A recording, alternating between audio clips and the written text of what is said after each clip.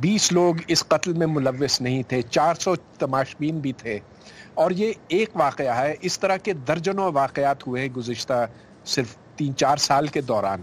ہم نے دیکھا تھا کہ گوجرا میں ایک عیسائی مرد اور اس کی بیوی کو زندہ جلایا گیا تھا, ادھر میں پھر گوجرا میں بہت وسیع پیمانے پر گھر جلائے گئے, لوگوں کو قتل کیا گیا.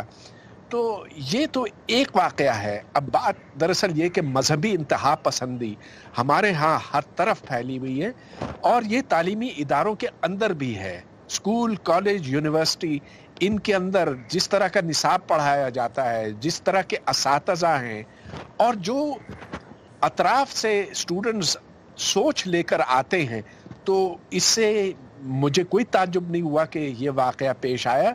یقیناً اس طرح کے بہت سے اور بھی آئیں گے. اب ذرا یہ دیکھ لیجئے کہ اس واقعے پر افسوس کرنے کے لیے اسلام آباد میں جو مظاہرہ ہوا تھا اس میں بمشکل 200-250 لوگ ہوں گے. بالکل. اور پرویز صاحب, اس قتل کی مختلف حلقوں کی طرف سے شدید مذمت بھی سامنے آئی ہے. آپ کے خیال میں کیا پاکستان میں معاشرتی سطح پر کسی تبدیلی کے لیے کسی بحث کا آغاز ہوگا اس واقعے کے بعد؟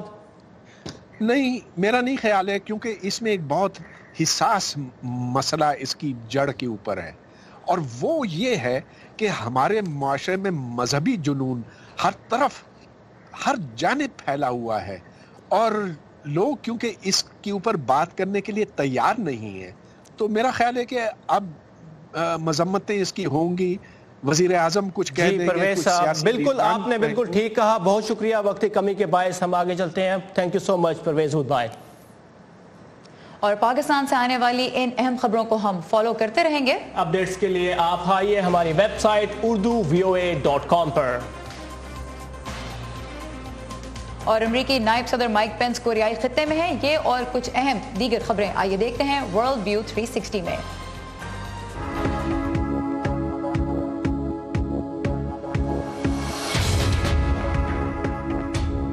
امریکی نائب صدر مائک پینس کی شمالی کوریا کے لیے امریکہ کے صبر کا پیمانہ لبریز ہو جانے کی تنبیہ کے بعد چین نے فریقین کو مذاکرات کی جانب لوٹنے پر زور دیا ہے.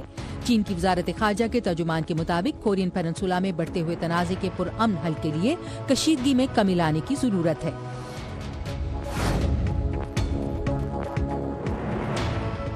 سری لنکا کے دارالحکومت کولمبو کے قریب آ کے ایک قصبے پر کوڑے کرکٹ اور مٹی کے پہاڑ نما ڈھیر کے گرنے سے کم از کم 29 افراد ہلاک ہو گئے ہیں, جبکہ درجنوں کے ابھی بھی اس میں پھنسے ہونے کا خدشہ ہے. کوڑے کا یہ ڈمپ ایک مزدور طبقے کی رہائشی کالونی کے نزدیک واقع تھا, جہاں مقامی طور پر نئے سال کی خوشی منائی جا رہی تھی.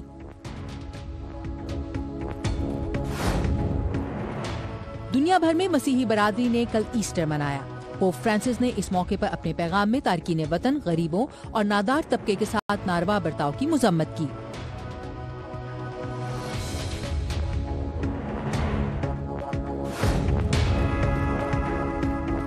امریکیوں کی ایک بڑی تعداد نے نیو یارک سمیت ملک کے کئی علاقوں میں ٹیکس مارچ نامی احتجاج کے ذریعے صدر ڈونلڈ ٹرمپ سے مطالبہ کیا ہے کہ وہ اپنی ٹیکس ادائیگیوں سے متعلق معلومات کو عوام کے سامنے پیش کریں.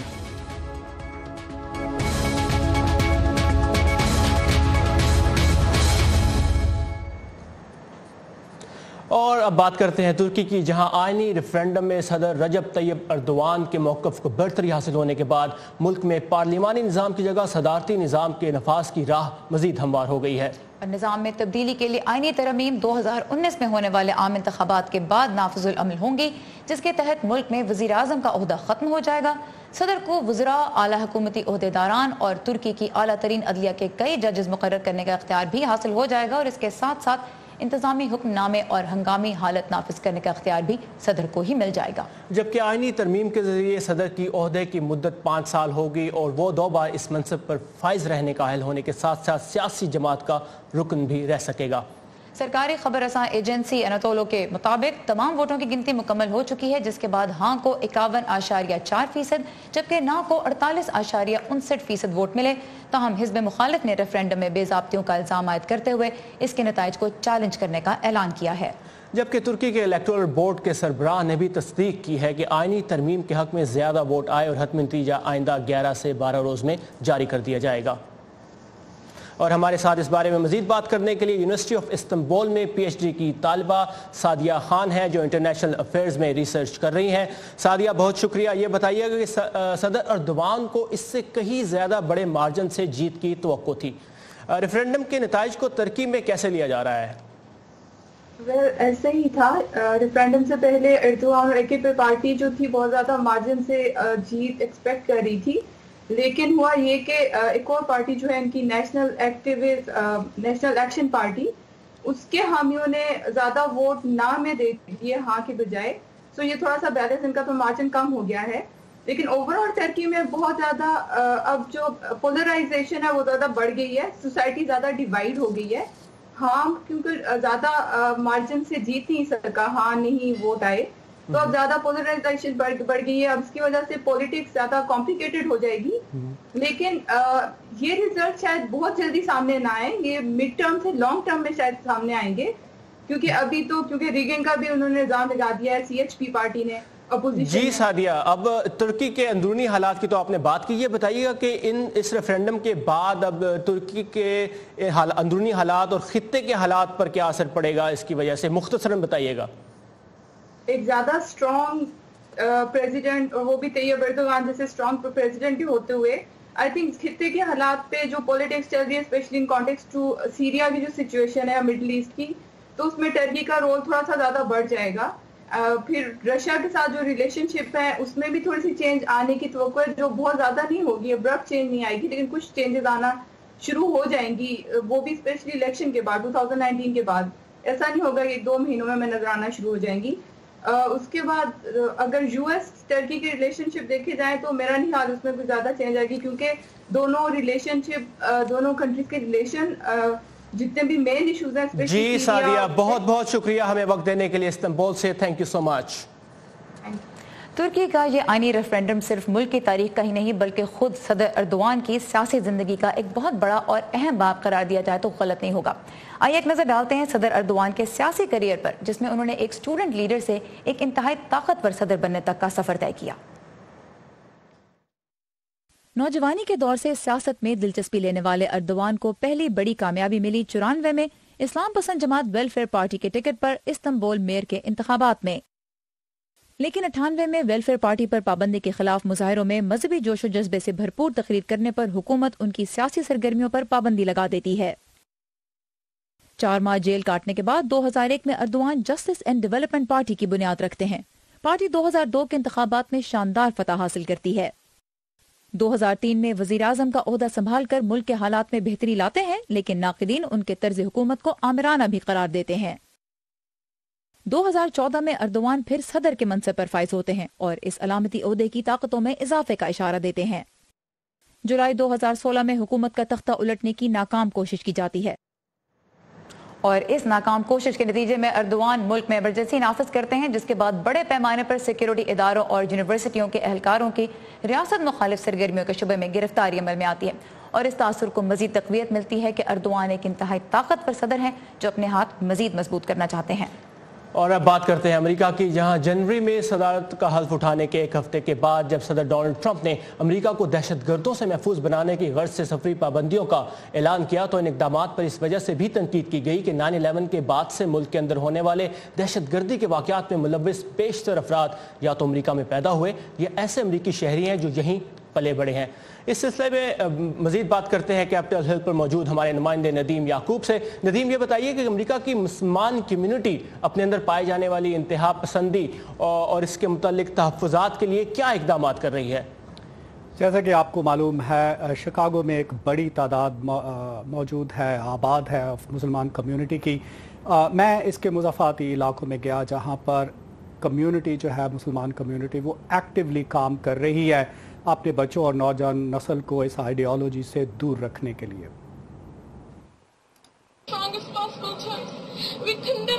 یہ بھارتی نژاد زرعی خان ہیں جو بھرائی آواز میں دولت اسلامیہ کے رہنما ابو بکر البغدادی سے کہہ رہی ہیں کہ وہ ان کے بچوں کو سوشل میڈیا کے ذریعے برین واش کرنا چھوڑ دیں.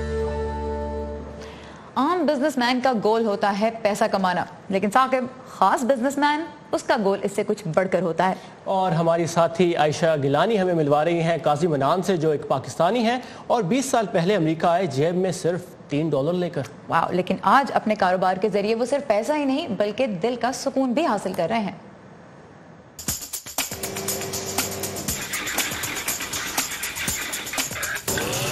واشنگٹن ڈی سی میں وائٹ ہاؤس سے کچھ ہی فاصلے پر واقع ہے سکینہ حلال گرل، جس کا نام کچھ دن پہلے تک معیور کباب تھا۔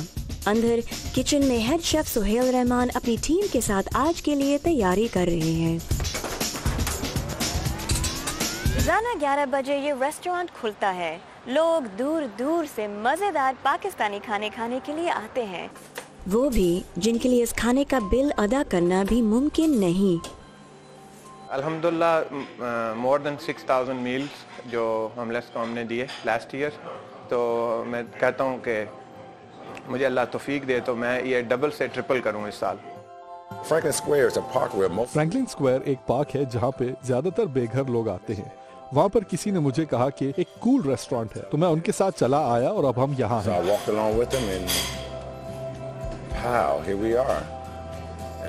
یہ ایک نعمت ہے کیونکہ میں نہیں سمجھتا کہ اس طرح کے انسان اب بھی دنیا میں بستے ہیں۔ میں امید رکھتا ہوں کہ یہ دیکھ کر دوسرے لوگ، ادارے اور ریسٹورانٹس یہی کام کرنے پر آمادہ ہوں گے۔